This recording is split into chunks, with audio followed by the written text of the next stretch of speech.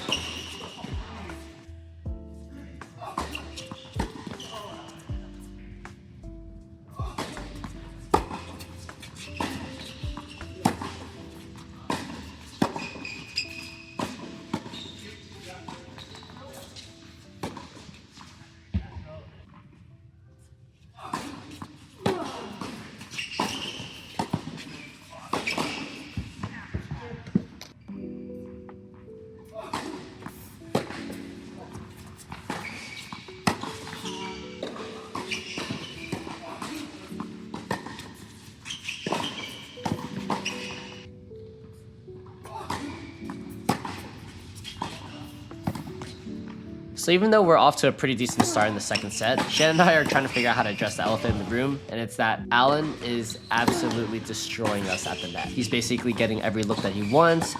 He's being aggressive with serve and volleying, and we didn't really figure out what the best move was for some reason. And trust me, it's not as simple as saying, oh, we just have to play more to Mike. Although maybe that is what we should have just done. But truthfully, at some point, we should have just made more adjustments and started playing towards the middle of the court more. You'll notice that in Shannon's service game, we're going to start to implement a lot more I formation. That's to get away from Michael's forehand, hopefully allow us to start the point on a better footing.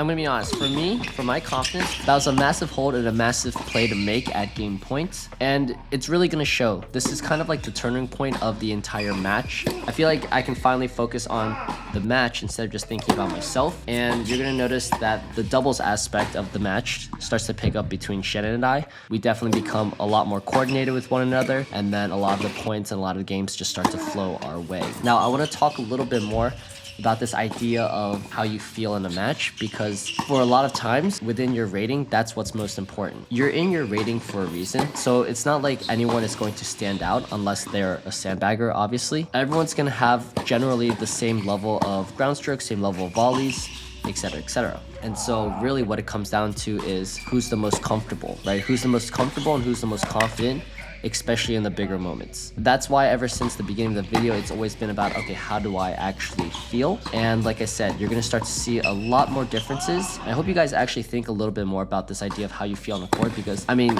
it's overlooked a lot, but think about it. If you're feeling great on a court, everything is gonna kind of run smoothly, right? And then if you're obviously feeling awful, like mentally or physically, then naturally everything crumbles. So the idea is to try to do your best to control your emotions and how you feel on the court. I'm sure a lot of you back home, you guys are tennis watchers. If you watch some of the greatest players ever, Nadal, Federer, and like even Djokovic, right? In the biggest moments, they're the most calm when they actually play tennis. Yeah, Djokovic is a little more erratic, but in the big moments, when he actually plays tennis, he is so calm. And that's why they're kind of the greatest players, because they don't let the pressure of losing a point or missing a ball really get to them. And now here we are in the third set. As I mentioned earlier, that 3-all game was a massive turning point. I'm gonna let the rest of the breaker play out, and I hope you guys enjoy the rest of the video. And if you guys could do me a favor, pause the video right here. Let me know if you guys think that we can actually pull off the comeback.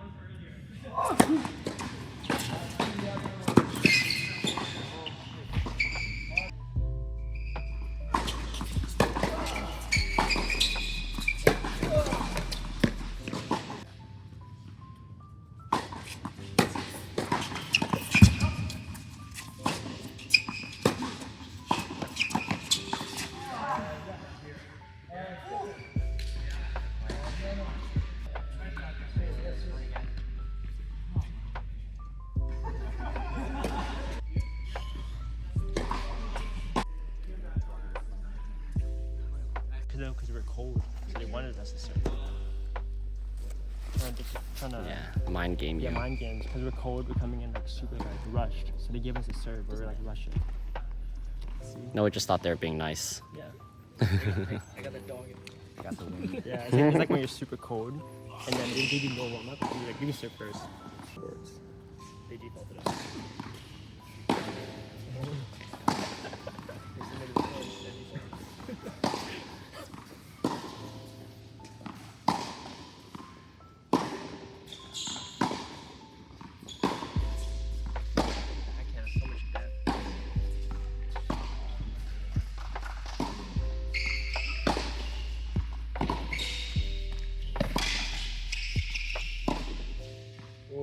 Let's go, Damien. Oh, God.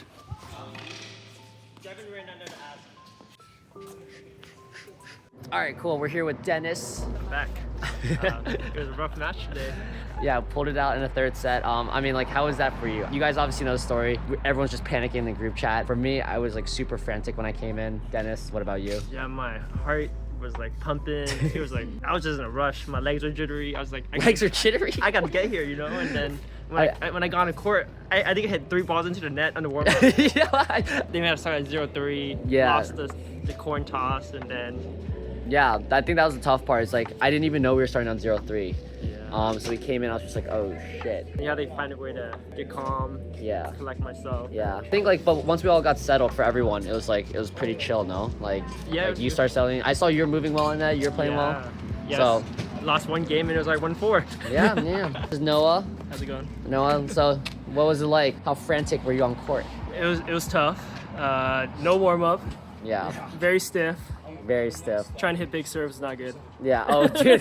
Dude, so we won 2 games straight, and we're like, oh, we're good. Yeah, I saw your Yeah, score. we went 2-3 right away, and then I was like, oh, we got this, and then we just. I started missing every ball. I was like, oh, I don't got this. I'm a lot tighter than I thought, actually. I was like, I'm not as loose as I thought. I thought I could go and just swinging. This did not happen. No, we made the comeback though. Yeah, we made the comeback. Team win. Let's go. It was worth it. 3-6. Shannon, I was panicking on returns the entire match, to be honest. I never felt one good return off my strings. I was like, oh God, like, I just want to put the ball, I just want to touch the ball. Remember what I said at the beginning of the tiebreak? Don't be a... That's what he said. And you know what I did? I became a... No, but we pulled it. It's okay. We pulled it out. All right, let's just watch these last 4 points.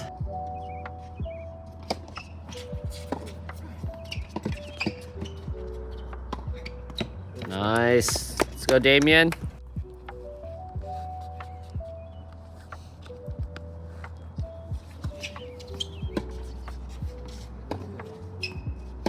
Generous call.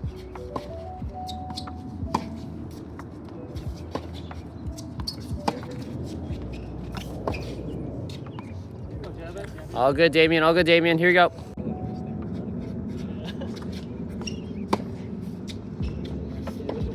Oh yeah, that's a ball. Watch your feet. Oh my God.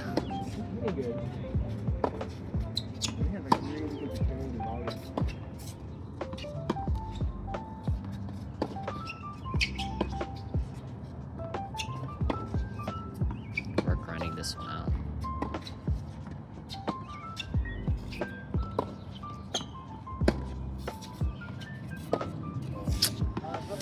All good, Damien.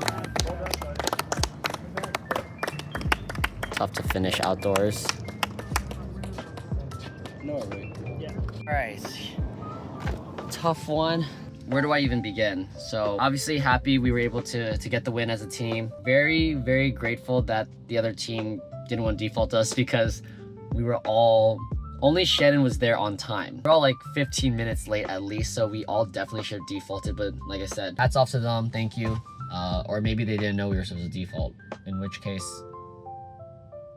this is awkward. Got the win, happy. Obviously not the best tennis with no warm-up and just going straight into it, and obviously being very anxious and just super worked up right before I even get on court is definitely not the ideal situation, but we all found a way to pull it out. We all got to a 3rd set, which is awesome. I'm just happy about. So we all went out and we were still able to compete. Although Damien wasn't able to pull it out, it was still a great match, fought to the very end, and unfortunate that the club here, for some reason, they just shut off all their lights at 8, regardless of if you're still playing. Like, they don't ask you or anything. They're very, very strict with their rules, so we had to pretty much just cut it and go outside so that they could just finish their last few points. And yeah, so very strange being here at AME. Thanks for tuning in to today's video. Hope you guys enjoyed it. Super frantic, super crazy one. That, and also alongside with like me just having 1 racket and freaking out about that.